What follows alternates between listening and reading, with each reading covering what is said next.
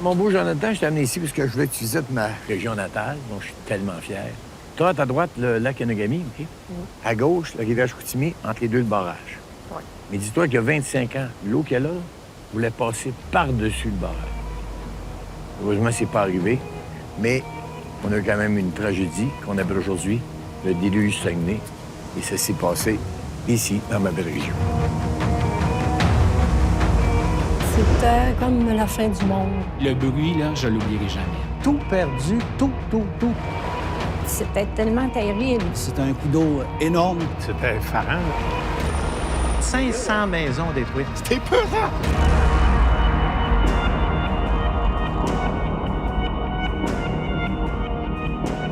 C'était déjà un mois de juillet pluvieux. La terre était gorgée d'eau quand il s'est mis à pleuvoir, mais à pleuvoir là, comme on n'avait jamais vu. On est le 19 juillet, c'est un vendredi.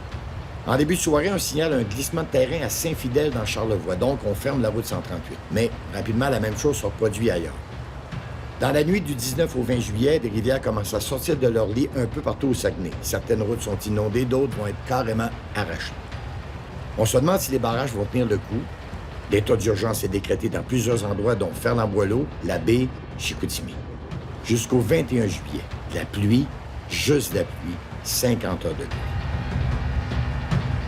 Mais le plus grand coup de cette catastrophe, c'est d'abord et avant tout un coup en perte de vie. 10 personnes à la mauvaise place, au mauvais moment. Sur la côte nord, 5 automobilistes sont tombés dans des crevasses de la route 138 et n'ont eu aucune chance. Sur l'eau, 3 passagers d'un voilier périssent au large de Tadoussac. Et finalement, 2 enfants alourdissent ce triste et injuste bilan quand leur maison est emportée par un glissement de terrain à la baie. C'est pour ça que pour moi, le déluge du Saguenay, c'est d'abord et avant tout une tragédie humaine.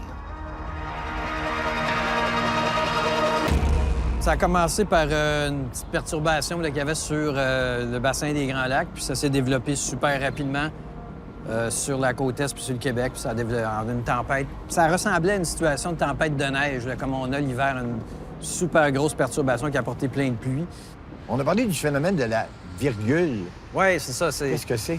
Ben, en fait, c'est la perturbation qui tourne sur elle-même, qui a l'air, avec le patron nuageux, ça a l'air d'une espèce de virgule. Là. Le patron de nuage ressemble à une virgule parce que le système tourne sur lui-même, parce qu'il est presque immobile. On dit qu'il est immobile, mais en réalité, il tourne sur lui-même. Mais par rapport au sol, il se déplace que très, très peu. Et là-dedans, il y a des bandes de pluie très fortes. Puis sur le Saguenay, bien, c'est très montagneux. Donc, quand vous avez de la pluie, bien, l'air est forcé de s'élever sur les montagnes. Ça rehausse les précipitations. Il pleut encore plus fort.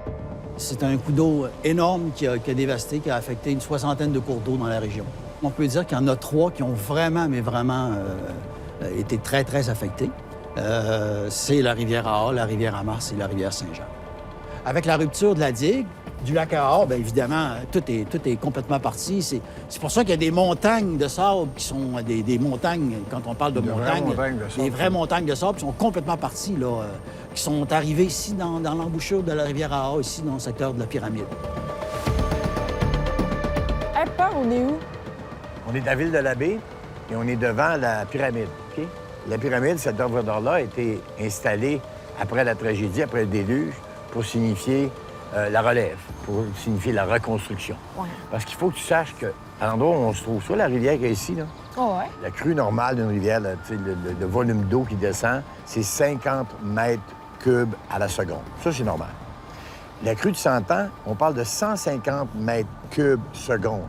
C'est énorme. Mais durant le déluge, c'est 900 mètres cubes à la seconde. Le volume d'eau qui descendait, la rapidité, ça. Alors, tu imagines les dommages. Mais c'est quoi la crue 100 ans? La crue de 100 ans, c'est que le calcul, la probabilité d'une crue de 150 mètres cubes à la seconde, c'est une fois aux 100 ans. Alors, imagine, on parle même plus de 150 mètres cubes d'eau à la seconde, 900. L'endroit où on se trouve là, aussi large que tu peux voir, destruction totale, jusque dans la baie. On voyait la baie qui se transformait. La baie, les eaux étaient noires, presque noires, avec de la boue. On voyait des troncs d'arbres. On se demandait qu'est-ce qui se passait. La baie des Aha, là, elle était jonchée de détritus, de maisons, d'animaux morts, de voitures. Votre famille, élargie, vivait sur le bord. De la rivière Aha, 381, ça, c'est la route qui relie la baie et Ferland-Boileau, Saint-Urbain. Mon grand-père était agriculteur. Il a gardé ses enfants près de lui. Alors moi, mes voisins, ce sont mes oncles, mes tantes, mes cousins, mes cousines. Et le 19 juillet, il mouille beaucoup. Vous avez Il quel pleut à âge? boire debout, j'ai 10 ans. Mon 10 ans. frère a 6 ans. On habite avec ma mère, son conjoint de l'époque. Et dans l'après-midi du 19 juillet, on entend un gros vrombissement. Puis là, on se demande qu'est-ce qui se passe. Là, on sort à l'extérieur. Il y a un talus derrière chez nous qui a glissé. Là, tu réalises la force de l'eau. C'est extraordinaire. Les maisons, là, ça partait une après l'autre. Nous, on reçoit l'eau du parc des Laurentides. Hein? On appelle ça le bassin versant. Alors, ces montagnes-là, il y avait plu beaucoup avant le déluge. Il était gorgé d'eau. Alors, quand la pluie a commencé, le sol n'était plus capable d'en prendre. Tout le bas de la ville s'était vidé. On entendait, là, du haut d'une butte où j'étais, on entendait des sirènes en bas là, qui vérifiaient s'il restait du monde. Il fallait que tout le bas de la ville soit parti. Il fallait plus qu'il reste personne parce qu'on disait d'une minute à l'autre, si la vague arrive, c'est fini, la ville s'en va. Il y en a qui cherchaient le bébé, il y en a qui cherchaient le frère. Dans un cas comme ça, est-ce que c'est les militaires qui font la gestion première de l'événement ou s'il y a les civils qui deviennent au service de l'autre? Vous savez, c'est un travail d'équipe, hein, parce que les situations d'urgence sont gérées à différents paliers du gouvernement. Les paliers municipaux, ensuite provinciaux et fédéraux, éventuellement, sont impliqués. Donc, vous, là, aux commandes de l'appareil, vous receviez des informations, des demandes de quelqu'un que vous connaissiez à la limite. Vous saviez d'où ça venait. Absolument. Puis ces informations-là venaient de l'escadron et du centre des opérations de la base au début de la crise parce que les 2 hélicoptères en fonction cette fin de semaine-là ont été rapidement affectés. Et les informations pour aider les personnes en détresse, les familles en détresse, les citoyens de la région, ont initialement procédé au travers de nos opérations sur la base.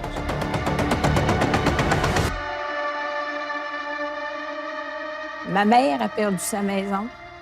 Mon autre frère a perdu sa maison. Puis ma sœur, qui demeurait en face, a perdu sa maison. Donc, c'est 4 ou 5 maisons de la C'est même 4 ou 5 famille. de la même famille. Puis il n'y en avait pas un de vos frères qui s'était battu un peu plus haut sur la terre, qui, lui, a... Oui, lui, il a rien perdu, mais il est demeuré là, puis il a vu arriver ça. Quand l'eau du lac Aos est arrivée, là, c'était tellement terrible. Ça avait presque 48 pieds de haut, là. Ça s'en venait, là, puis ça balayait tout, ça prenait tout. Quand ma sœur m'a téléphoné, qu'elle m'a dit « On s'en va en hélicoptère, traverse nous chercher pour nous amener chez toi, ici à Grande-Bay. » Ma sœur, elle a perdu sa maison, mais pas parce que la maison a parti. La maison, elle a levé sur les fondations, puis elle s'est retombée sur les fondations, mais il y avait de la boue jusqu'aux fenêtres, jusqu'au pôle de rideau.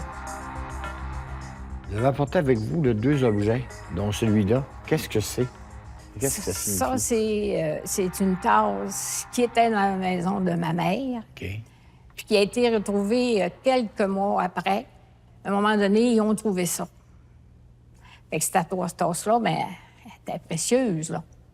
Oui, tout d'un coup, elle est Tout d'un précieuse. coup, elle est précieuse, là. Ça, là, c'est dans la, c'était dans Ça, la c'était maison? dans la maison. C'était une plaque qui avait été remise par des amis à mon père. Puis c'était une plaque, elle était sur du bois, mais elle était partie. 1 an ou 2 après, ça avait été retrouvé au quai, ici, de l'Alcan Terminal. Puis ça mirait au soleil. C'est les 2 choses qui a resté de la maison familiale.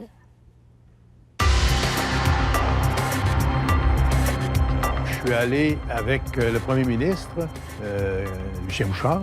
Quand tu es sur le terrain même, là, tu vois qu'il pleut, puis tu vois des dégâts, puis bon. Mais vu d'en haut, là? Vu d'en haut, là, c'est épeurant de voir ça. Sa réaction à lui, c'était quoi? Sa réaction, c'était de dire « Oh là là, qu'est-ce qu'on va faire de tout ça? Comment on va gérer ça? » Je n'aurais pas imaginé que c'était aussi grave que cela. Il y a beaucoup de dégâts, des choses qui sont réparables. On va se serrer les coudes, on va repousser nos manches, on va tout réparer ça, puis on va remettre la région à flot. Il a appelé Québec, puis il a dit « Vous allez organiser... ça prend un conseil des ministres spécial. » Alors, Mais dans les heures qui suivent. Le lendemain, on avait le conseil des ministres. Il y a tellement de dégâts Puis il y a tellement de personnes qui ont été obligées de quitter leur foyer